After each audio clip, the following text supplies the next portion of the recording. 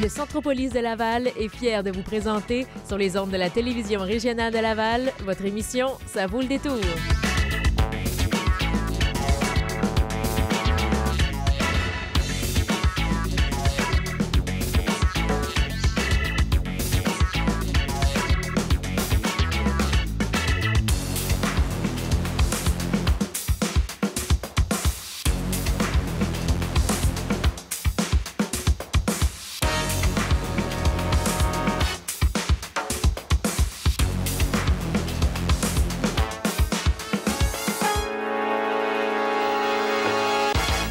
Merci de vous joindre à nous encore une fois cette semaine à Ça vaut le détour. C'est Anne-Marie Kirouac qui vous accueille et je vous annonce tout de suite la deuxième portion de l'émission, la thématique de la semaine. Ça s'adresse aux mamans, peut-être les futures mamans, les mamans actuelles, les tout récentes ou les plus expérimentées. On va parler de services offerts aux femmes à Laval, les mères. On va parler d'allaitement, de cours prénataux et tout ce que vous devez savoir.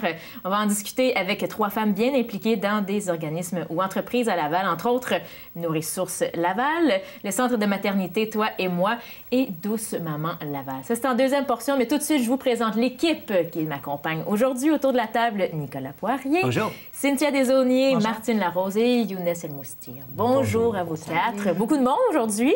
Ben oui, c'est le party. C'est le party! Yeah, party, encore une fois, cette semaine. Mais juste, t'as dit un petit peu plus tôt que tu allais parler des prénatales, tout ce qui se passe. Oui. Nous autres aussi, on veut en parler parce que j'adore les enfants. Ah oui? Bon. En plus, toi, tu as beaucoup d'expérience avec les enfants aussi. Martine, qui est une maman aguerrie. Donc, on peut t'en parler beaucoup plus que tu le penses. Ah bon, ben on va pas trop en parler parce qu'on va en parler longuement tout à l'heure.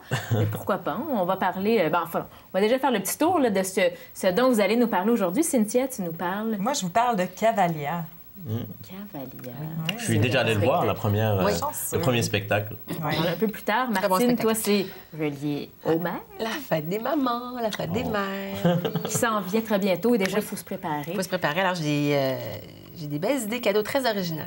Bon, on aura restez à l'écoute. Et Nicolas, comme à chaque semaine, tu nous parles de cinéma. Oui, tout à fait. Je vous parle de la méga production Oblivion avec Tom Cruise. La version française, Yeah. c'est L'Oubli. L'oubli.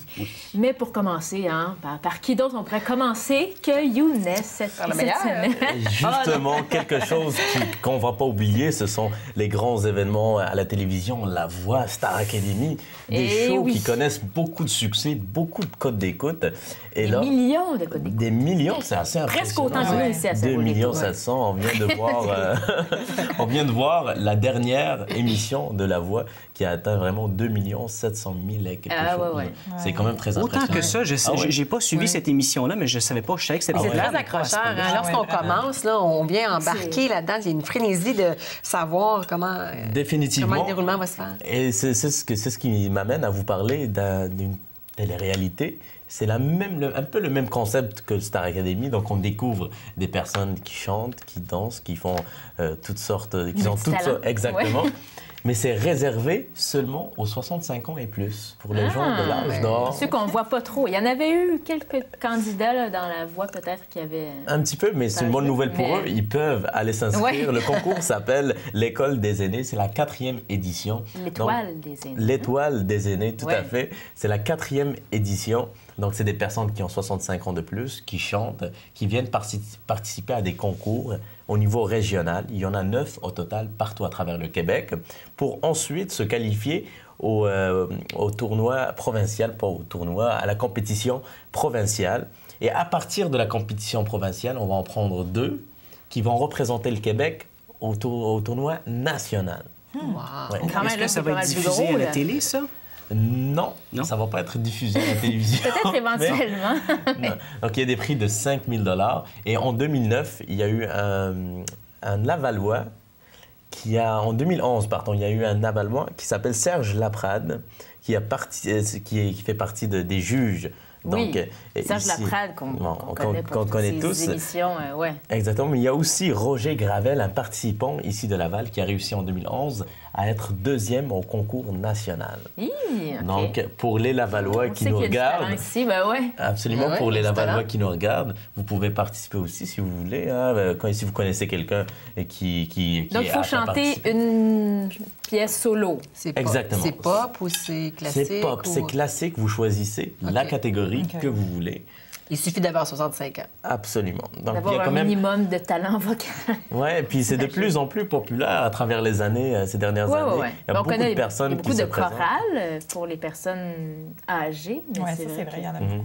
Mais là, J'avais c'est été à vraiment un une spectacle. compétition, un concours. Depuis le début, il y a plus de 1000 participants qui ont participé ici au Québec, sans compter le reste du Canada. Ce concours-là est organisé par par les Chartwell Résidences. Donc, c'est des résidences de personnes âgées. Ouais. On a une date limite avant de s'inscrire. Par exemple, c'est le 30 avril. Donc, vous pouvez remplir le Très formulaire. Très, très bientôt. Faut Exactement. envoyer une petite vidéo de sa performance? Non, non, OK. non, non. Tu vas juste Pas faire comme- l'audition, dans le fond, comme... Il faut d'abord s'inscrire sur le site internet, le www.chartwell.com, ou s'il y a des personnes qui n'ont pas accès à l'Internet, ils peuvent se rendre sur place dans certaines résidences de personnes âgées. Donc, on a la Villa Val-des-Arbres, où ils peuvent se rendre, la Laisse Logis. On va présenter le numéro de téléphone, le 450-661-0911, ou la résidence des Écorts, le 450-667-6991 dans le Duvernay. Donc, plusieurs endroits à Laval, et tu le mentionnais, c'est régional aussi, provincial et bon. Absolument. Il y National. a 2 personnes qui se qualifient du provincial pour aller au national, pour représenter. Il y aura le la Québec. soirée où les Lavallois pourront chanter. T'as la Oui. date de la soirée? Oui, bien sûr. Donc, c'est 9 compétitions locales. Et parmi une des compétitions locales, ça va regrouper la région de Laval et aussi les Laurentides. Et ça se passe, ça se passe très bientôt au Manoir Saint-Jérôme, le 6 juin prochain. Donc, ça regroupe les 2 régions. Puis ensuite, la grande finale provinciale, ça se passe à Montréal en octobre prochain, avant la grande finale qui va avoir lieu cette année à Toronto. Dans le mois de novembre prochain. Petit voyage. Donc, une invitation qu'on lance Non, mais c'est intéressant. C'est vrai que c'est à tous ceux qui chantent bien. un défi intéressant. Ouais, qui chante bien ou qui Oui. veulent se lancer dans Ben une oui, aventure pourquoi solo pas. aussi. Hein, c'est Pourquoi? ça. Jamais trop tard. Non, ça c'est vrai. L'étoile des aînés. Et le plus important, c'est d'avoir évidemment du plaisir puis pouvoir rencontrer d'autres passionnés aussi. Ben ouais, aussi. Donc, l'étoile des aînés, tous les détails, donc avec l'adresse qu'on vient de vous donner. Merci, belle Oui. suggestion, Younes. On va aller toucher tous les âges. Aujourd'hui, on va parler de personnes âgées et des tout-petits. Mais là, pour l'instant, on va quitter le studio. On s'en va au Centropolis. On va aller voir le reportage de Jean-Luc Bouchard qui est allé visiter pour nous la brûlerie de café.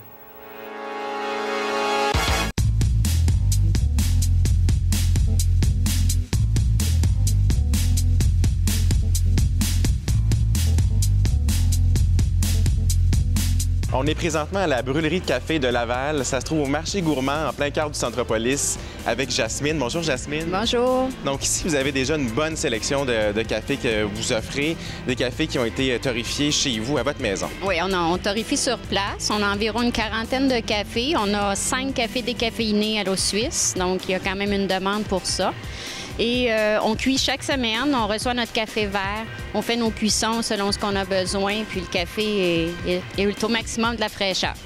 Qu'est-ce qu'on a à peu près comme variété, comme type de café? Là, je vois qu'il y en a quand même quasiment une vingtaine derrière nous. Il y a effectivement différents pays d'origine, mais à la base, on a ce qu'on appelle le café arabica. C'est un café qui pousse en hauteur, en altitude, donc il doit être cueilli à la main.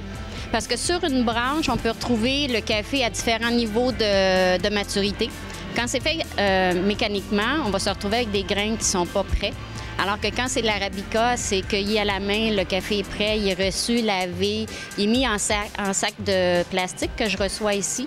Et là, je peux faire mes cuissons selon ce que j'ai besoin.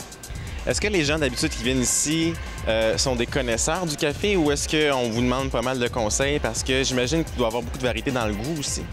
En fait, on a les gens qui veulent juste avoir un bon café. On a des gens qui sont très connaisseurs, qui savent ce qu'ils veulent, qui ont une machine à la maison, qui sont des fanatiques de café. Mais c'est aussi pour monsieur, madame, tout le monde. On va vraiment y aller avec les goûts de la personne. S'il aime ça corsé, moyennement corsé, velouté. Est-ce qu'il veut avoir un arôme de chocolat? Mais il n'y a pas d'agents qui sont ajoutés à nos cafés pour créer de la saveur. C'est vraiment le côté naturel du café qui va ressortir. J'imagine que cette saveur-là, dans le fond, ça va aussi se faire sortir beaucoup à travers la torréfaction. Avec la torréfaction, effectivement, plus on cuit le café, plus on va avoir un côté grillé corsé. On va aller chercher aussi un petit peu plus d'amertume. Mais par contre, quand on va faire les cafés avec peu de torréfaction, on va avoir un grain qui est plus près de sa nature. C'est-à-dire, on va percevoir plus les différentes saveurs de café. Parce que c'est moins... Le corsé va quand même camoufler un peu la base du café, mais c'est vraiment selon la torréfaction. Puis chaque région aussi a sa particularité. C'est un peu comme le vin. Chaque cépage a son plus, son côté positif, et des fois son côté négatif. Donc, on est un petit peu comme à la SAQ du café, dans le fond? On est en plein dans la SAQ du café, mais c'est souvent aussi des amateurs de vin qui vont devenir des amateurs de café. C'est des gens qui aiment les bonnes choses, qui veulent s'offrir des bons produits. Puis, tu sais, le café, ça part la journée, donc c'est important d'avoir quelque chose qui est bon puis qu'on aime. On va aller voir la machine à torréfaction. Oui.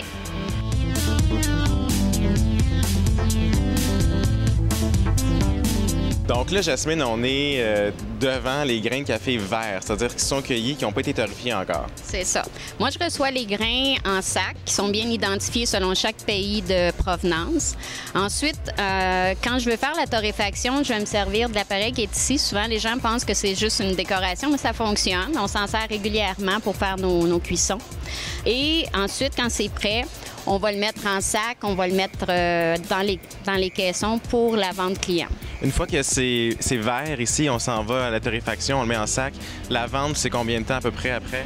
On peut le vendre la même journée, là, c'est pas un problème. Mais ce que nous, on aime faire, c'est de cuire régulièrement des plus petites quantités pour qu'on n'ait pas du café qui soit entreposé plusieurs jours, plusieurs semaines, comme dans d'autres endroits. C'est ça le principe du café torréfié sur place, c'est qu'on va faire ça de façon régulière pour que le café soit frais, pour que le client ait un produit de qualité, qu'il y ait une fraîcheur qui va se démarquer. Quand il va faire son café, il va voir que c'est la différence.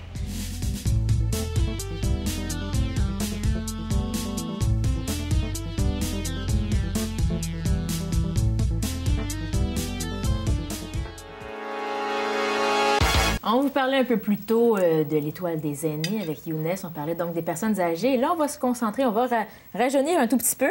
Quoique, on est mère toute la vie. Ouais. Mais on va parler de la fête des mères avec toi, Martine. Oui, tout à fait. Donc, des mères récentes ou même des mères et des grands-mères, parce que la fête des mères, c'est finalement la fête. C'est une journée pour vraiment dire « Je t'aime, maman » et « Merci, maman ». Oui, c'est ça. Parce que c'est vraiment lorsqu'on devient maman, moi je le suis, maman, et c'est lorsqu'on devient maman qu'on réalise à quel point une maman, c'est important. Et une maman en fait beaucoup de travail. Oui, lorsqu'on est enfant, je pense qu'on ne voit pas nécessairement tout le travail en arrière de la scène. On prend ça pour acquis aussi. Exactement. La mère, elle doit faire tel truc, tel truc. Elle est supposée faire ça. C'est ça. Elle est supposée faire ça. Elle est supposée se lever la nuit, puis de réconforter, de soigner, d'amener à l'hôpital et faire plein de choses. Et lorsqu'on est maman, on réalise vraiment l'importance que sans maman, les enfants sont un petit peu déboussolés. Et la fête des mères, c'est une belle journée justement pour dire merci maman. Et savez-vous d'où ça vient, la fête des mères? C'est commercial à la base, je suis sûre. Ça se peut-tu? Je sais pas, la fête non. des mères. Non. Ça date de... Non. Ça vient ça date de la Grèce antique. Alors, ça fait très longtemps. Et on voulait faire au printemps, on voulait célébrer, faire une fête en l'honneur de la mère de Zeus. Alors, c'est à partir de ça. Est-ce que c'était avec un peu le rapport avec la fertilité chez la femme? Zeus, c'est la déesse de l'amour. C'est un homme. C'est un homme, ça, oui. Zeus, mais c'est pas le dieu d'amour? Le dieu de l'amour, Zeus? Non, Zeus, c'est le dieu de la guerre. C'est le plus fort. Ouais. Ah, c'est ça. Younes a beaucoup d'amour dans son corps, donc... En tout cas, Alors, c'est ça. Et au 14e siècle, eh bien, les États-Unis ont un peu repris la fête pour la moderniser un peu. Et de là est parti de Mother's Day, donc la fête des mères. Et oui, ça s'est commercialisé un peu plus. Mais moi, je vous donne 3... Un peu comme toutes les fêtes. Exactement, c'est ça. Mais moi, je vous donne... Qu'est-ce qui est vraiment in là, en 2013? Je vous donne 3 grosses suggestions pour... De cadeaux? De cadeaux, mais de moments avec votre mère. Hein. Moi, vous savez que je suis très maman. C'est super important, les moments. Et la première idée cadeau qu'on peut faire, eh bien, c'est de prendre un rendez-vous dans un studio de photo et d'immortaliser une journée avec grand-maman, maman, l'autre génération, la maman et l'enfant.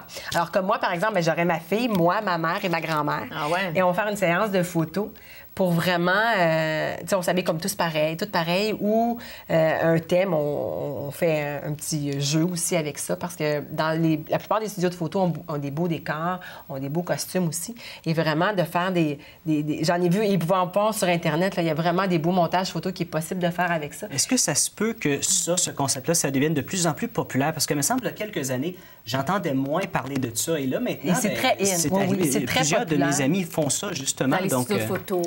On immortalise un peu les générations et je trouve ça super le fun de pouvoir faire ça, de voir la différence que ma grand-mère a porté ma mère m'a porté, puis moi j'ai porté mon enfant. Et de voir souvent la ressemblance aussi. Hein? Oui, exactement.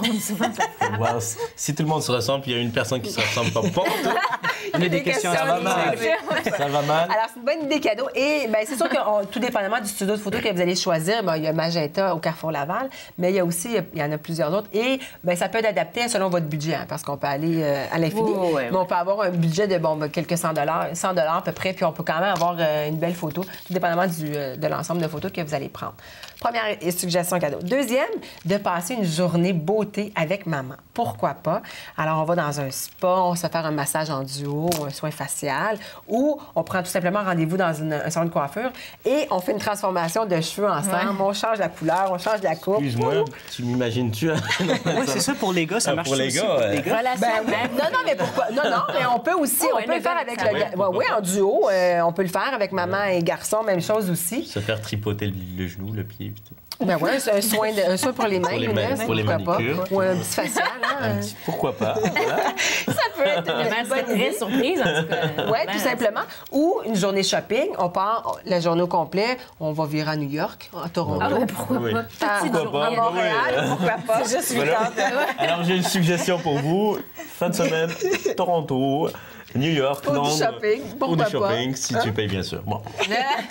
Non, mais c'est vrai que des moments ou des moments comme ça ensemble, des activités ensemble, c'est toujours plus agréable à recevoir et autant les deux en profitent aussi que de donner quelque chose. Des beaux souvenirs aussi. Ou tu partages des moments ensemble. Pour un plus petit budget, on fait une journée cuisine à la maison, on se concocte un beau souper avec des tapas, un entrée, un bon potage, quelque chose. Toute la journée, on papote et le soir, et puis on déguste ce qu'on a cuisiné ensemble. Même avec les tout petits, c'est faisable. Moi, ma plus jeune a 4 ans, puis écoute, quand elle cuisine avec moi, elle adore ça. Et cette année, donc, la fête des mères, ça tombe... Le 12 mai. 12 mai. Donc, on se prépare dans l'avant. Belle suggestion. Merci beaucoup, Martine. Et là, le 12 mai, c'est dans quelques jours. On va reculer un peu en arrière. Le 9 avril dernier, il y avait la remise de prix pour le concours national de lecture. Et c'était Jacques Demers qui a annoncé ça à l'école Sainte-Marguerite à Laval. Et on y était pour vous.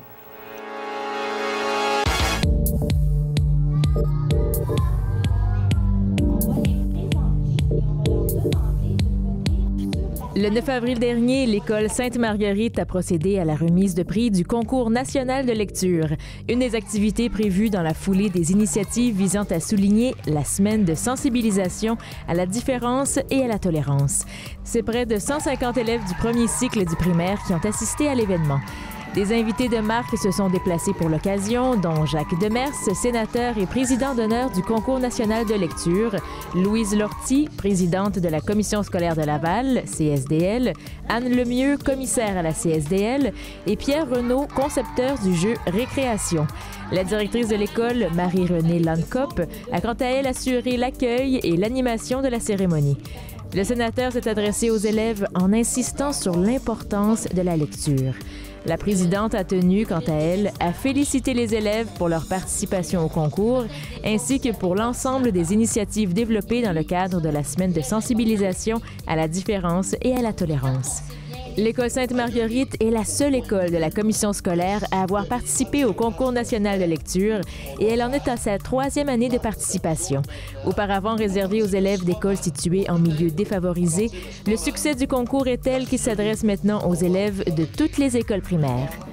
Le Concours national de lecture est né en 2007 de l'initiative personnelle de Pierre Renaud et a pour mission de soutenir une intervention pédagogique préventive visant à accroître la motivation ainsi que les compétences en lecture et en français.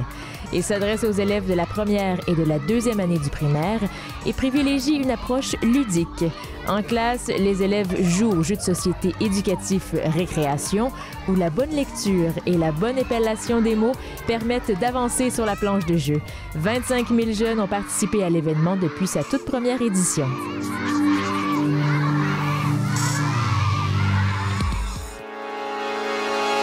Le beau Tom Cruise est de retour sur nos écrans et Nicolas, tu nous en parles. Belle entrée en matière, hein? Ben oui, tout à fait. On sait que c'est ton acteur préféré. Oui, tout à fait.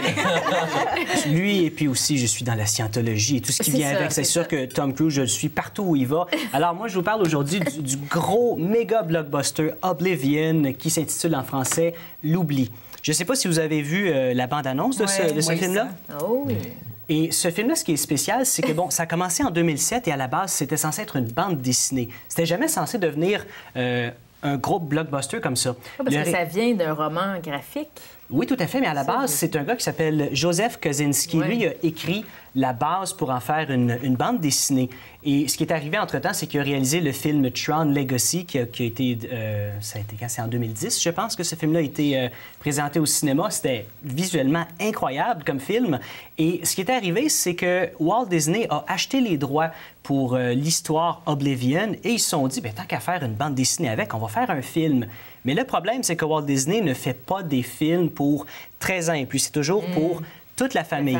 Donc, ils ne savaient pas trop quoi faire avec ça. Donc, ils ont revendu le scénario à Universal et eux se sont dit, garde, on touche pas au scénario, il est parfait comme ça, on fait le film. Et ce qui est drôle, justement, avec Walt Disney, c'est qu'ils ont parti, il y a une vingtaine d'années, une autre compagnie qui s'appelle Touchstone Pictures. Et eux, justement, ce qu'ils font, c'est ça appartient à Walt Disney et eux, ils distribuent tous les films qui sont 13 ans et plus ou 16 ans et plus, qui ne peuvent pas être sous la bannière, justement, Walt Disney, parce que Walt Disney, c'est pour toute la famille. Donc, Oblivion a eu un budget de 120 millions de dollars, ce qui est quand même... c'est bon. C'est bon. Mais si on considère que le dernier Batman a eu 250 millions de budget, c'est quand même assez raisonnable comme budget pour un film. Le film a été tourné presque entièrement en Islande et les paysages, c'est vraiment magnifique.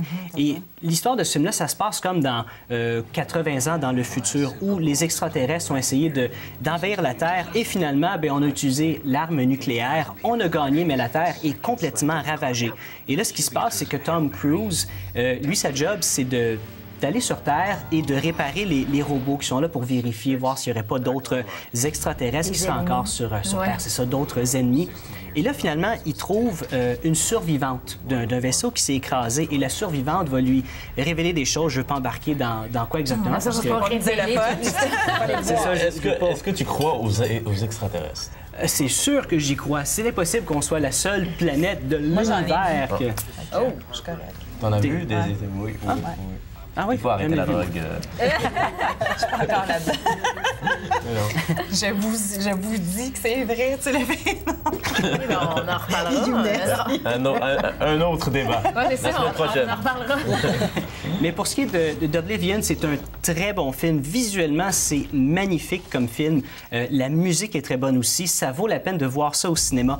Par contre, si vous avez vu le film Moon, je ne sais pas si ça vous dit quelque chose, le film Moon, c'est un film de science-fiction qui a passé un petit peu inaperçu avec Sam Rockwell en 2009. Si vous avez vu ce film-là, il y a beaucoup de choses. Il y a beaucoup de choses qui ressemblent. Donc, moi, j'ai été un petit peu déçu au niveau de l'histoire, du scénario, mais... Mais ça a l'air quand même, de juste de la bande-annonce, ça a l'air d'une histoire... Ça a l'air quand même classique. bien. Oui, bien, mais classique, les extraterrestres, méchants, fait exploser. Moi, personnellement, je ne suis pas un grand fan de la science-fiction. Mais le fait que Tom Cruise... Moi, je bloque là-dessus. Incarne le personnage principal, est-ce que ça vient donner un peu plus de couleur au film? Je te dirais pas vraiment. Je suis pas un gros fan de Tom Cruise. Je l'aime pas, mais il me fait un peu ni chaud ni froid. Il est très bon dans son rôle. Est-ce qu'il va gagner un Oscar pour ça? Je ne pense pas. Est-ce qu'on va se rappeler de ce film-là dans 10 ans d'ici? Je ne pense pas aussi. Mais ça va attirer pas mal de filles aussi pour voir le... Ah, ça, c'est sûr. Il y a des belles filles Tom aussi Cruise, là, il pogne. Il y a Ah oui, des ça, belles c'est filles sûr. aussi dans la distribution, donc pour les deux.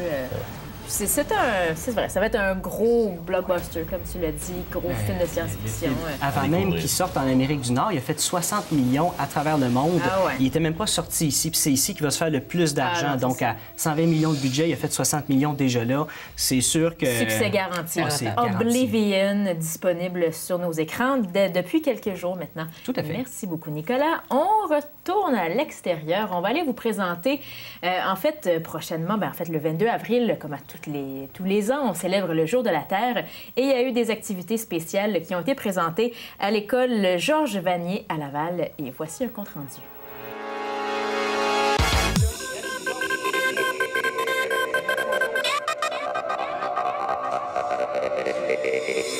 Le comité environnement de l'école Georges Vanier existe depuis quelques années. Il est composé d'une vingtaine d'élèves et de membres du personnel particulièrement soucieux de la protection de l'environnement et de l'avenir de la planète. Ces élèves se veulent des acteurs sociaux qui luttent contre les dérèglements climatiques et le gaspillage des ressources. Ils valorisent la consommation intelligente et rationnelle des énergies non renouvelables. L'impact de leurs actions se veut réel pour la santé communautaire et la qualité de vie des populations, aussi bien au plan local qu'au niveau international. Les élèves sont les maîtres d'œuvre des projets du comité. Ils tentent d'influencer les 1600 élèves et la centaine de membres du personnel qu'ils côtoient chaque jour afin qu'un changement de mentalité se fasse et se traduise par des manifestations clairement observables dans l'espace scolaire. En vue du Jour de la Terre qui a lieu le 22 avril, comme à chaque année, le comité environnement réalise une série d'activités de sensibilisation et d'engagement communautaire. Le civisme, la santé sociale, la sécurité alimentaire, les défis de la crise climatique, l'efficacité énergétique, les innovations technologiques, la gestion responsable des déchets et l'économie verte seront parmi les thèmes abordés. Augmenter la sensibilité des Québécois par rapport à l'environnement, changer conséquemment certaines mentalités ainsi que certains comportements, envisager le défi incontournable des changements climatiques, rayonner et influencer par l'exemple sont les missions du comité environnement de l'école Georges Vanier.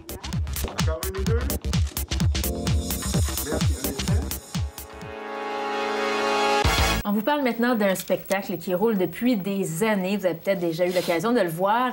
Un spectacle qui met en scène, entre autres, des animaux, des chevaux. C'est Cavalia. Oui. Cynthia, tu nous en parles parce qu'on le voit régulièrement. Ah oui, c'est très populaire comme spectacle. Même comme Younes nous disait tantôt, tu l'avais vu. Tu as pensé de quoi de ce spectacle-là? J'ai vu le premier spectacle. Donc là, on nous présente, je pense, c'est un nouveau Odysseo. Exactement. Le premier spectacle. Très impressionnant. Moi, j'ai pas été impressionné. Voyons, Younes, quand même! Ça t'en prend trop pour être Non, c'est pas ça. C'est impressionnable, Younes. C'est que peut-être que le nouveau spectacle est plus intéressant, mais je trouvais pas qu'il y avait une origine. Parce qu'aujourd'hui, on a accès à l'Internet, aux informations. On est habitué à se faire... À des spectacles d'envergure. À des spectacles d'envergure. On est habitué qu'on nous surprenne. C'est pour ça que les cirques aujourd'hui n'ont plus le même impact qu'il y avait quelques années auparavant. Donc, de voir des chevaux qui passaient puis avec des... Moi, ça, je trouvais... Puis j'ai payé... Peut-être que ce deuxième spectacle-là, donc pas le deuxième... Mais moi, j'ai vu, en tout cas, mais... la bande-annonce du spectacle qui montrait vraiment les décors là, incroyables. C'est comme tu vois, t'as pas bougé. Tu restes sur ton banc, mais tu voyages à travers plein de mondes différents. Tu peux passer, je pense que au début du spectacle, ça commence dans une forêt enchantée, mais tu as vraiment l'impression, même avec la bande-annonce, d'être dans cette forêt-là, juste avec les décors en 3D, la brume et tout, l'éclairage. C'est vraiment incroyable, les décors qui ont fait. Moi, j'ai juste vu les bandes-annonces. J'ai jamais été voir un show comme ça. Et moi, je me demande, est-ce qu'il y a vraiment une histoire au lieu de... Je sais que, bon, oui, c'est ça. Il y a un contexte, mais est-ce qu'il y a vraiment comme une histoire qu'on peut suivre du début à la fin? Bien, l'histoire, dans le fond, c'est l'histoire de deux mondes qui se rencontrent. Donc, le monde humain et les chevaux qui se rencontrent. Et c'est vraiment l'évolution des chevaux à travers les milliers d'années qui ont passé. Là. Mm-hmm. Donc, on voit vraiment l'évolution du cheval, là, du début à la fin de l'histoire et de la relation qui s'est fait, dans le fond, entre les deux, qui sont devenus amis, partenaires et, maintenant qui travaillent ensemble, le cheval et l'humain. Puis il y avait des artistes qui expliquaient justement aussi que, écoute, ça en prend du temps là, avant de créer un lien avec un cheval, tu sais. Le gars, il venait juste d'arriver, mettons, puis il commençait à se préparer pour préparer son numéro avec le cheval. Puis ça faisait déjà 7 mois qu'il travaillait pour créer vraiment un lien avec ce cheval-là. Puis il disait, à peine ça commence, le lien entre moi et le cheval. Ah non, mais c'est sûr. Puis leur faire faire aussi, bon, quand même, des numéros... c'est beau du pas être temps, impressionné. Non, Travailler avec des animaux, quand même, c'est imprévisible aussi. Ils ont beau être dressés, les chevaux. Mais il expliquait que ça c'était demande vraiment beaucoup de préparation. le langage corporel qu'il utilisait Ouais. pour communiquer avec le cheval. Hein. Parce qu'il dit, si tu vas regarder les chevaux entre eux et tu les observes, ils communiquent vraiment seulement avec le corps. Parce que quand ils font du bruit ou quelque chose, c'est plus parce qu'ils sont la proie ou quelque chose. Il se passe quelque chose. Mais quand, sinon, ils vont bouger les oreilles, la queue, ça veut tout dire quelque chose. Fait que je trouve ça super intéressant qu'il explique ça aussi, les artistes qui travaillent dans ce spectacle-là. Et le spectacle est toujours fait sous un chapiteau. On le reconnaît, le grand chapiteau blanc. C'est le plus grand chapiteau au monde de chapiteaux de tournée comme ça. C'est vraiment le plus gros. Ils ont une scène incroyable. C'est vraiment grand. Écoute, je pense que c'est le spectacle où on voit le plus de chevaux en liberté aussi. Ouais. Je ne sais pas si vous avez vu les bandes annonces, là, mais c'est au moins, je pense qu'il disait qu'il y avait 56 chevaux, quelque chose comme ça, et 43 artistes. Et pour chacun de ces chevaux-là, ça prend à peu près 7 mois avant que le cheval s'habitue au maître, c'est ça? Oui, bien c'est ça. Bon, là, on c'est essaye de ne pas énorme. changer de maître. Hein? On essaye Oui, bien, c'est d'adapter. sûr, c'est sûr. Il y en a qui doivent rester longtemps sur les Non, spectacles exactement. aussi, Il y a des gens que ça mais- fait des années et des années Ouais. là, qui travaillent sur ce spectacle-là avec justement les. Et à Laval, les le chevaux. chapiteau est toujours à la main. On le voit de l'autoroute Oui, 15. sur hein? ben, quand tu passes sur le boulevard Saint-Martin et l'autoroute 15, tu le vois, Ouais. oui, exactement. C'est sur le Se boulevard met du toujours Souvenir. à Je la vais vous même donner place. l'adresse exacte. C'est le 2805 boulevard du Souvenir. Les billets, si jamais il y en a qui veulent en acheter, c'est vraiment des billets qui partent entre 66 à 140 pour des billets réguliers et c'est environ 110 à 245 pour des billets VIP. Dans le fond, qui vous donnent le droit d'aller visiter les écuries après le Prendre une spectacle. photo avec un cheval. Ouais, c'est ça. Puis vous avez aussi une espèce de buffet là, avant le spectacle et durant l'entracte. Donc, c'est quand même intéressant. Et les dates, ça s'en vient quand, ça? ce Donc, ça spectacle-là? commence le 14 mai, ce spectacle-là, et les billets sont déjà en vente sur Internet. Si vous voulez aller voir, le site Internet, c'est le www.cavalia.net. Donc, pour ceux qui seraient intéressés à acheter acheter des du billets. 14 mai pour quand même plusieurs semaines à Jusque, Laval. si je ne me trompe pas, 9 juin, OK. ils seront là. Dans Ouais. un bon 3 semaines. Belle suggestion. Merci, Cynthia. Mais merci. Pour terminer ce premier bloc, comme à l'habitude, je vous propose des petits coups de cœur. Et cette semaine, mon coup de cœur, c'est quelqu'un. Bon. Ce n'est pas mon conjoint. commence par un M, je suis sûr. Ah, ben t'as eu un petit avant-goût. En fait, c'est l'acteur, je ne sais pas si vous le connaissez, Mads Mikkelsen. Non, il fait Ça quoi, vous dit- man? Hein, Mads? Ce beau petit nom-là. C'est celui qui a fait le méchant dans Casino Royale. Exactement. On voit ici... C'est un Danois, en fait, Mads Mikkelsen. C'est un acteur danois qui, donc, a fait, oui, Casino Royale. On l'a connu beaucoup à l'international avec celui-là, mais tout récemment, je ne sais pas si vous avez écouté les Oscars au mois de février, il était de la distribution d'un film dans la catégorie des meilleurs films en langue étrangère, A Royal Affair, qui est un film danois. Très bon film. Donc, mes deux coups de cœur, en fait, c'est les deux œuvres où on peut voir Mads Mikkelsen. Ce film-là, Liaison royale en français, qui est disponible depuis quelques temps en DVD, qui était à l'affiche au Québec, qui a pris l'affiche au début d'année, en début d'année 2013.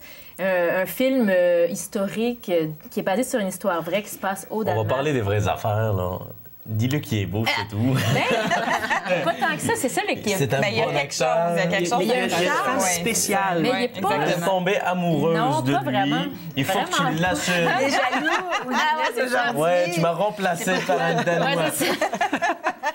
Mais physiquement, c'est pas l'homme le plus beau au monde, mais il dégage quelque chose, il y a une force de... Des fois, le premièrement, charisme fait la d'acteur. différence Ben, de c'est la ça, il y a beauté. vraiment quelque chose, c'est ce qu'elle parce dit. que juste comme ça, c'est pas mon genre, non.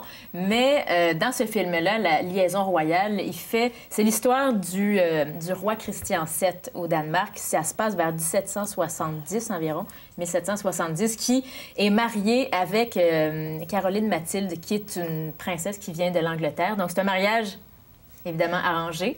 La petite Caroline Mathilde, elle avait 15 ans quand elle s'est mariée avec ce roi-là qui est un peu, on pourrais dire, des petits problèmes psychologiques, donc pas très stables, mais comme c'est la lignée royale, il est souvent, roi. ça se faisait à cette époque-là, des rois qui étaient quand même assez vieux et qui mariaient des... Oui, mais là, il était très jeune, par exemple. Le roi était très jeune, sauf qu'il n'était pas stable mentalement. Je ne sais pas qu'est-ce qu'il y avait comme problème, mais quand même, c'était à son tour d'être le roi, donc même s'il est malade, c'est pas grave. Et l'histoire, c'était comme ça. Et là, Mads Mikkelsen, son rôle là-dedans, c'est un médecin qui va finalement devenir le médecin du roi, Johan Struensee. Mon danois est pas très... C'est un film en danois. Elle a même appris la langue d'un coup. Pouvoir lui parler. Juste pour le beau Mads Mikkelsen. C'est dur à un moment donné. Non, mais c'est un excellent film, vraiment, et basé, comme je vous l'ai dit, sur une histoire vécue. Donc, il va y avoir une liaison royale. Donc, le médecin, Mads Mikkelsen, va avoir une liaison avec la reine. Et parce qu'elle, avec son mari, ça marche pas. Puis, je ne vous raconterai pas tout le film, mais c'est un film à voir, Liaison royale ou A Royal Affair, en version anglaise, titre danois. Mais c'est en danois. Donc, en version danoise, c'est quoi le titre? Mais c'est A Royal Affair, mais je pense en tout cas... Ça doit être compliqué de prononcer. Non, il n'y a pas de danois, mais Mads Mikkelsen est connu depuis quelques semaines parce que, je ne sais pas si vous avez vu la série, Hannibal, la série américaine. J'ai juste vu des bandes annonces, mais ça a l'air bon. 2 épisodes ou 3 épisodes qui ont été diffusés jusqu'à maintenant. C'est diffusé sur NBC aux États-Unis. Hannibal, la série Hannibal sur le fameux personnage de Hannibal Lecter qu'on a connu dans les films, évidemment. Et c'est Mads Mikkelsen qui fait Hannibal, donc qui est le personnage principal de la série. Et vraiment, c'est tout... Qu'est-ce qui s'est passé? Son visage. Non, mais c'est que c'est tout un autre visage pour Hannibal Lecter. On change vraiment de ce que Anthony Hopkins avait offert dans les films. Et ça doit être différent aussi du film Hannibal qui est sorti en 2007, parce que ça, c'était pas très génial, mettons. Puis on sort vraiment... On garde le personnage, mais là, comme on change d'acteur et on change de personnalité, de charisme, tu le disais, Martine, on dirait que c'est quelqu'un d'autre. Oui, on a le personnage d'Hannibal Lecter qu'on soupçonne, qui est un tueur, mais en même temps, psychiatre, très intelligent. Et il y a une Québécoise, Caroline Davernas, qui joue dans cette série-là. Oui, c'est vrai, exactement. J'ai une question pour toi. Oui. Ton acteur, là, tu l'aimes plus quand il est docteur ou quand il est... Je te dirais, en fait, les deux... Quand il est tueur. Quand il est tueur. Il est tueur-docteur, mais là, il joue en anglais dans Hannibal, évidemment. Dans l'autre film, il jouait en danois. Donc, c'est très différent, mais je dirais qu'il est aussi bon dans les deux langues. Mais il y a un petit... justement, il y a un petit charme danois dans son anglais. Il vient te chercher un petit peu plus. C'est à découvrir. Mais très belle série qui est diffusée donc, sur NBC, mais sur City TV au Canada, en version, évidemment, originale anglaise jusqu'à maintenant, parce que là, il y a pas... On est aux premiers épisodes, mais excellente série et Mads Mikkelsen. À retenir. Bravo. Malheureusement, Ouf, Inès. c'est chaud, hein? Non, mais quel acteur! Pour les gars, il y a Caroline Davernas. Caroline Davernas. On peut se consoler là-dessus, c'est bien. Et Lawrence Fishburne et Hugh Dancy aussi, qui fait un autre personnage qui est très, très, très bon. Donc, à voir Hannibal ou A Royal Affair, si vous voulez. Ah, l'amour, c'est beau, hein? Oui. Je vous en reparle bientôt. Merci beaucoup à vous quatre. C'est déjà tout pour aujourd'hui. Merci pour vos belles suggestions. Il nous reste quelques émissions encore de Ça vaut le détour, donc on vous retrouve très bientôt. On va maintenant passer à la deuxième portion de l'émission où on va s'intéresser aux mères futures et présentes pour parler des services qui sont disponibles pour elles à Laval. Restez à l'écoute.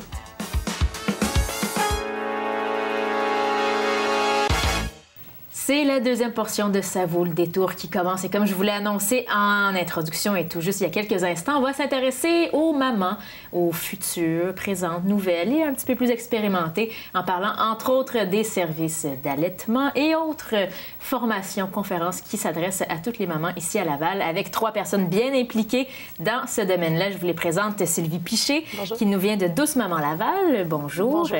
Véronique Gauvin du Centre de maternité Toi et moi. Bonjour. Bonjour. Et Cathy McBrearty de Nourrissources Laval. Bonjour et bienvenue à vous 3. Merci. Merci d'être présente à l'émission. Un sujet qu'on a un peu abordé il y a quelques semaines ici à Ça vaut le détour, entre autres avec la réalisatrice de L'Arbre et le Nid. J'imagine que vous avez vu. On va parler plus d'accouchement, mais ça tournait autour un petit peu des mamans. Et là, aujourd'hui, on va s'intéresser, entre autres, à l'allaitement. Quelque chose c'est un bon sujet de débat, ça aussi, on en reparlera dans quelques minutes. Mais je commencerai avec vous, Mme McBrearty, sur Nourrissources Laval, qui est un organisme qui existe depuis quand même plusieurs années, qui s'intéresse presque essentiellement à l'allaitement chez les femmes. Oui, exact. Au niveau Nourrissources Laval, et là, notre mission, en fait, c'est d'aider les mamans à soutenir, les aider, ceux qui veulent allaiter et avoir un allaitement. Des fois, on rencontre des difficultés. Alors, on est vraiment un organisme de soutien au niveau de l'allaitement pour ceux qui le désirent. Alors, depuis 2005, officiellement, nous sommes un organisme à but non lucratif de Laval, mais on avait déjà commencé quelques années auparavant. Alors, on a beaucoup de services. Alors, notre mission principale, c'est ça ici à Laval. Bien évidemment, on découle soit au niveau, on a une fédération au Québec. Alors, nous, je représente la régionale. On a quand même beaucoup de Nourrissources au travers le Québec. Et c'est un service qui est populaire. Est-ce qu'il y a beaucoup de femmes qui vous recevez? Ouais. Oui, je vais vous parler des services un peu plus tard, mais dans nos haltes, physiquement, on aide des fois des haltes à chaque semaine. On a par session, des fois, on peut avoir jusqu'à 40, 50 mamans dans les heures de pointe, si on veut. Oui. Puis, quand même beaucoup, là, à la fois 40-50. Là, on parle du territoire de Lavallois, quand même, c'est beaucoup. Puis les haltes allaitement, c'est comme, disons, 3 heures où on peut se présenter pour les difficultés, les questions ou autres. Je vous en reparlerai, mais de ce côté-là, en 3 heures, servir des fois 40 mamans et plus, c'est quand même un bon défi. Ça bouge, en tout cas, j'imagine, pour les intervenantes. Puis à Laval, on a 100 marraines, on appelle des marraines d'allaitement. On a 100 marraines d'allaitement pour, évidemment, soutenir l'allaitement. Ce sont des bénévoles, des mamans qui ont de l'expérience en allaitement et on donne une formation en allaitement.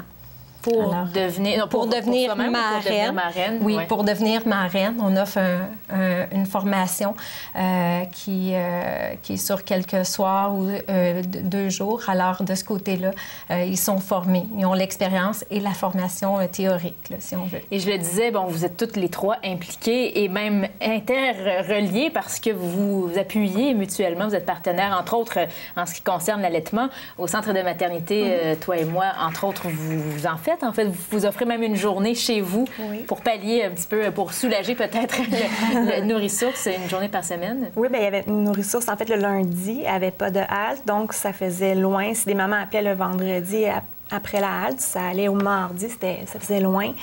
Puis nous, on a une consultante en lactation qui est aussi infirmière à Sainte-Justine, donc on fait la halte le lundi matin. Comme la 5e halte, finalement, là, avec Nourrissources. Le même principe, j'imagine, beaucoup de femmes aussi qui doivent venir chez vous. Oui, même chose avec les pèse-bébés. Donc, même chose qu'avec Nourrissources, là, ils peuvent venir peser bébé, puis avoir les conseils. Et ça, c'est, il faut le dire, seulement un des services que vous offrez au centre de maternité, qui est un centre assez, faut le dire, assez unique à Laval, je pense. Là. C'est le seul qui existe. Oui, on est le seul.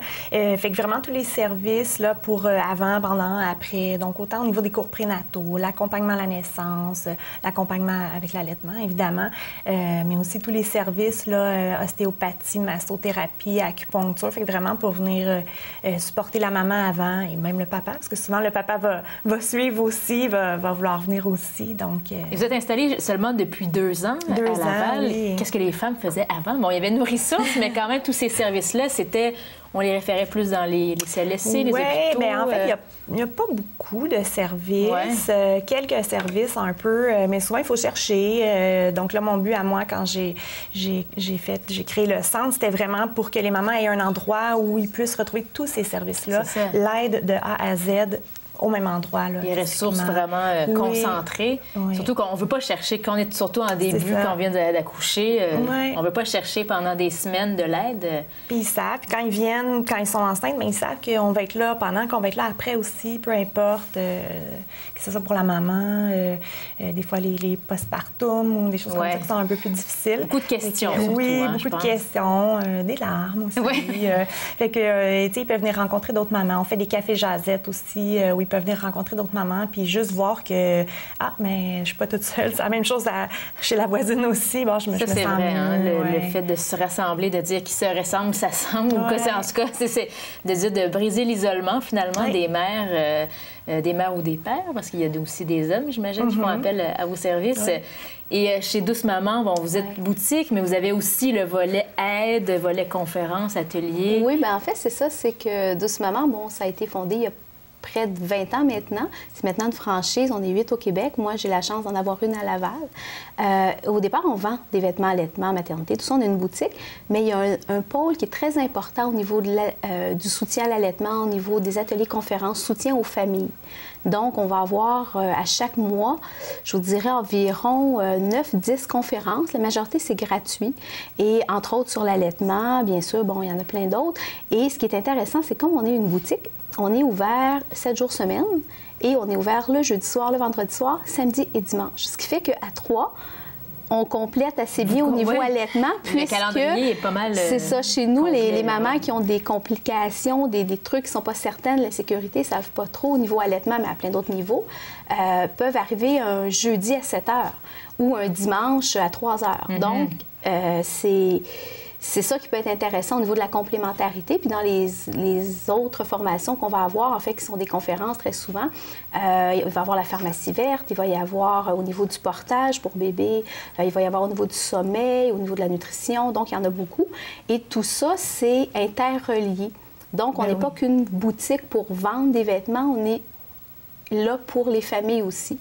Donc, on se complète très bien, je pense. Oui, et même vous-même, dans votre travail, vous vous complétez, vous ne sentez pas que vous devez prendre la place de quelqu'un d'autre. Non, non, il y a de la place pour tout le monde, et peut-être même encore plus, hein, j'imagine. C'est un grand territoire, l'île de Laval. Est-ce que des fois, vous sentez que vous peinez à offrir des services à toutes celles qui vous approchent? Exactement. Bien, un des objectifs chez Nourrissources Laval, bien sûr, c'est la visibilité.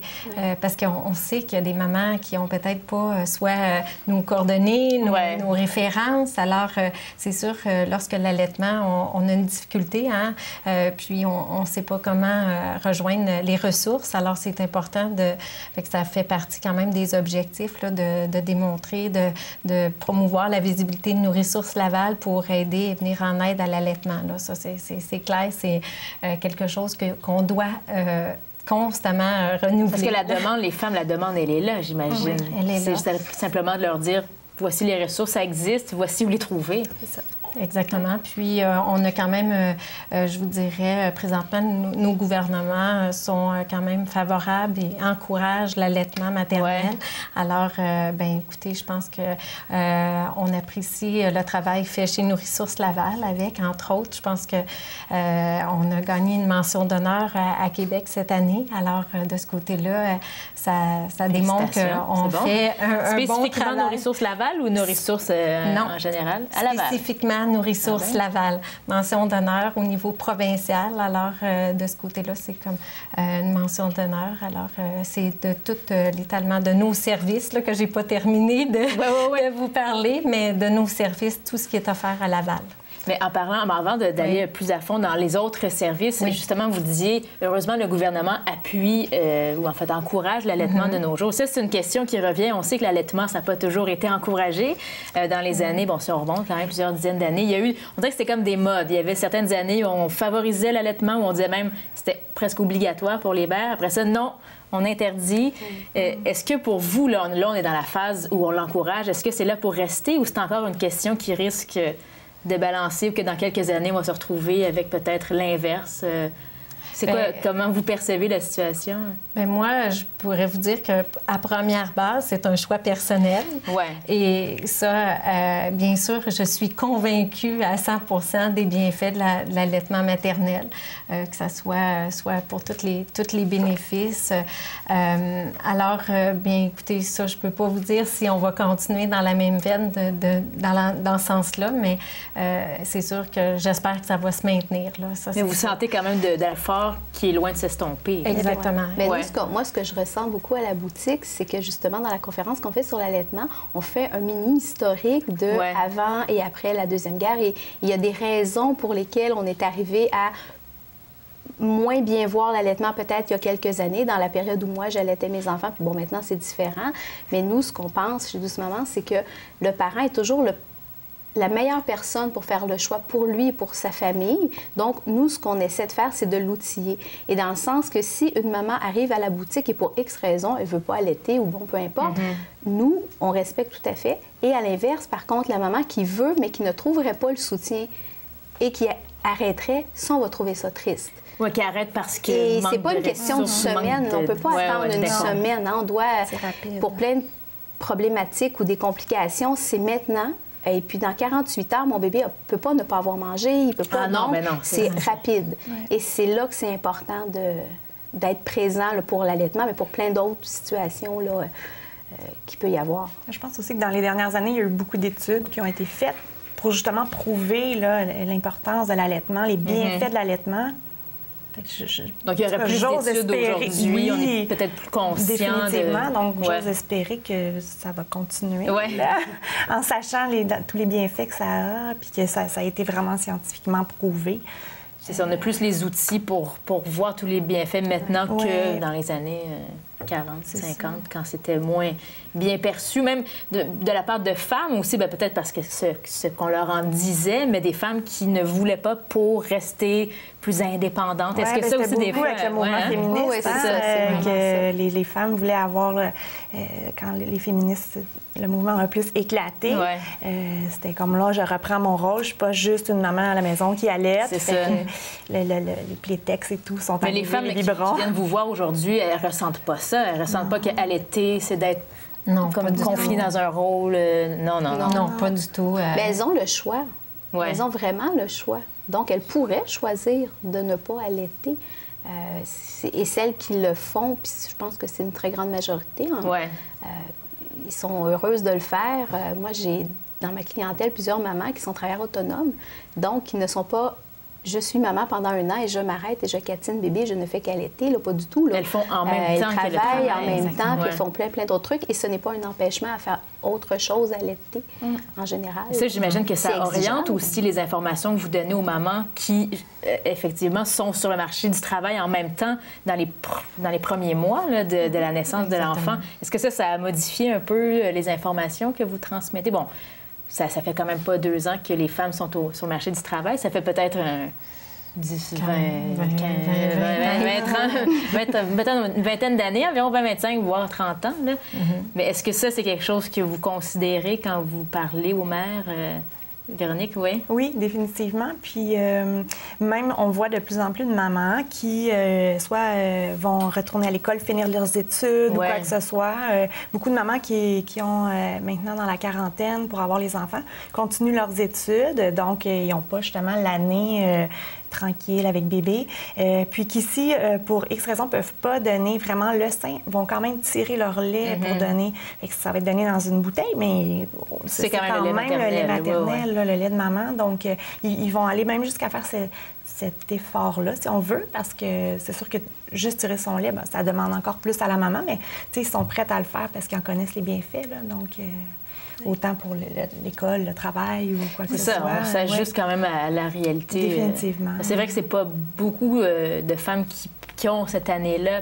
C'est combien? Peut-être la moitié, peut-être quand même? Oui, quand même. Mais peu importe le temps qu'on a, je vous dirais, tu sais, dans le fond, je suis restée à la maison, mais avec toutes mes activités, je n'étais pas souvent à la maison. C'est ça. On n'a pas dédié assise. C'est ça, dans le sens que je m'ai beaucoup impliquée à Nos Ressources Laval, etc. Mais il y a une solution pour l'allaitement.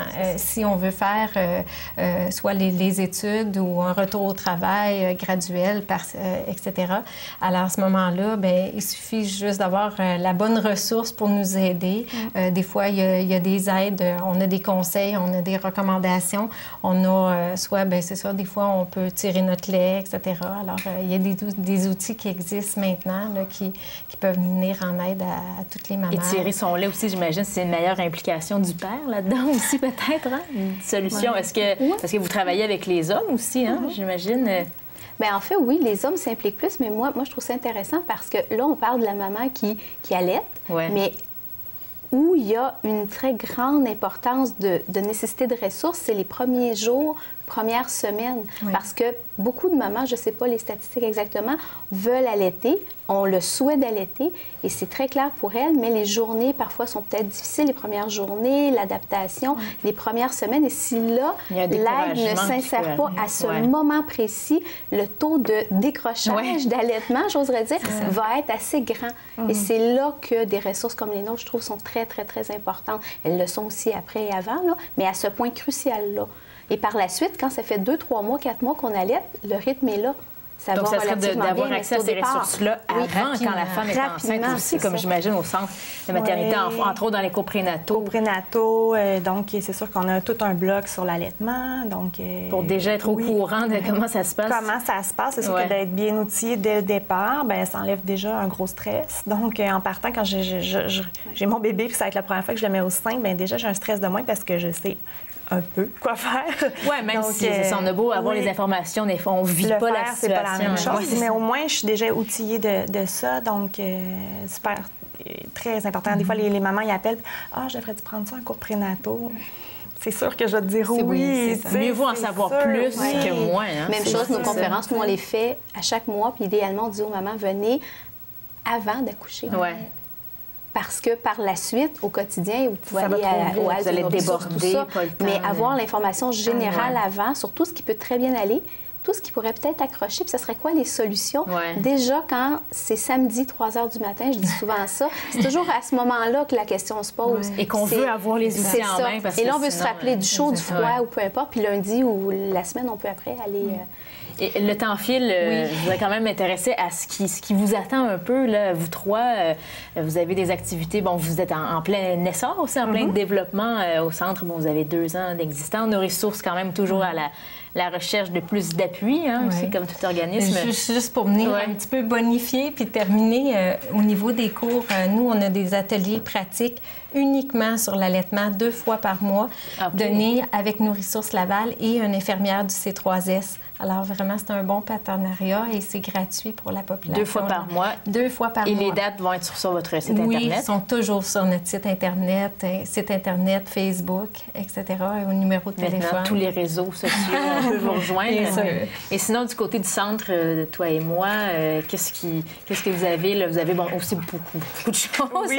Dans les prochains mois, ce serait quoi votre année, là, 2013, au centre? Bien, vraiment, pouvoir être encore... C'est la visibilité, hein? Donc, d'être vu encore plus pour que les gens sachent. Parce que même après 2 ans, on est sur la 440, puis des fois, il y a des gens qui passent et disent « Voyons, je passe ici tous les jours, puis je vous ai jamais vu. » Puis le retour qu'on a des familles, j'ai vendredi une maman qui nous a amené un bouquet de fleurs, tu sais, pour nous remercier de toute l'aide qu'on y avait apportée. Fait que ça, c'est tellement gratifiant. Est-ce que vous suivez les femmes ou les hommes longtemps aussi? Oui, là? Dès le début, que ce soit dans les cours prénataux, cours de yoga prénatal, des fois, on va faire l'accompagnement. Après ça, ils vont revenir avec bébé, support à l'allaitement, etc. Donc, toute la relation aussi avec les parents. Ça devient plus que juste une cliente qui rentre. Là, donc vous êtes situé, vous disiez, sur l'autoroute 440? Oui, exactement. au coin de la 13. Entre la 13 et Curie-Labelle. Donc, encore une fois, tous les renseignements sont sur votre site, tous les millions de services. Oui, tous les services de A à Z sont sur le site Internet, là, qui est complet. Et chez Douce Maman, vous aussi, vous avez plein de choses, mais là, vous avez des dates aussi de conférences là, qui s'en viennent? Oui, en fait, c'est toujours sur le site. Il y a le site Internet, Douce Maman, www.doucemaman.com, pour tous les points de service au Québec. En fait, toutes les boutiques au Québec qui offrent les mêmes conférences que moi à Laval. Moi, je vous dirais que mon souhait pour 2013, à Laval spécifiquement, mettons, j'aimerais bien avoir encore un plus fort maillage entre des partenaires et ma vision, même si je suis une boutique, moi, je travaille en équipe. J'ai pas de concurrents. C'est pas comme ça que je vois ça. J'aimerais bien, avec plein d'autres personnes, pouvoir créer vraiment un bon maillage encore plus intéressant. Vraiment un réseau fort. Oui, parce que c'est les familles qui gagnent, je pense. Et puis, je pense qu'il y a de la place pour tout le monde, là, au niveau du commerce, au niveau de tout ça. Là. La preuve, on est communautaire et privé ici à la même table, ça va très bien. Puis c'est ça, vous travaillez ensemble à chaque semaine. On le dit, on se réfère. Moi, cette semaine, j'ai référé 4 mamans à nos ressources. Là. Et c'est comme ça chaque semaine. T'sais. On voit ce terme. Déjà aujourd'hui, il y a peut-être plusieurs personnes qui vont déjà vous connaître ou qui vous connaissaient moins, qui là... Déjà, on fait un petit pas vers... Et on sait qu'on est comme dans un mini baby boom en ce moment. Il y a plusieurs, donc la demande va être là et je pense que ça va continuer encore pour les sûrement pour les prochaines années aussi. Mais merci beaucoup à vous trois d'être passés à l'émission. Merci beaucoup. On avait Cathy McBreedy, qui est présidente de Nos Ressources Laval, pas propriétaire, ça c'est les 2 ans. Présidente, merci beaucoup. Merci. Propriétaire, donc Véronique Gauvin, propriétaire de Toi et moi, centre de maternité. Merci. Et Sylvie Piché, la propriétaire franchisée, ou de Douce Maman Laval, parce qu'on sait que c'est à l'intérieur du Québec au complet. Merci beaucoup à vous trois.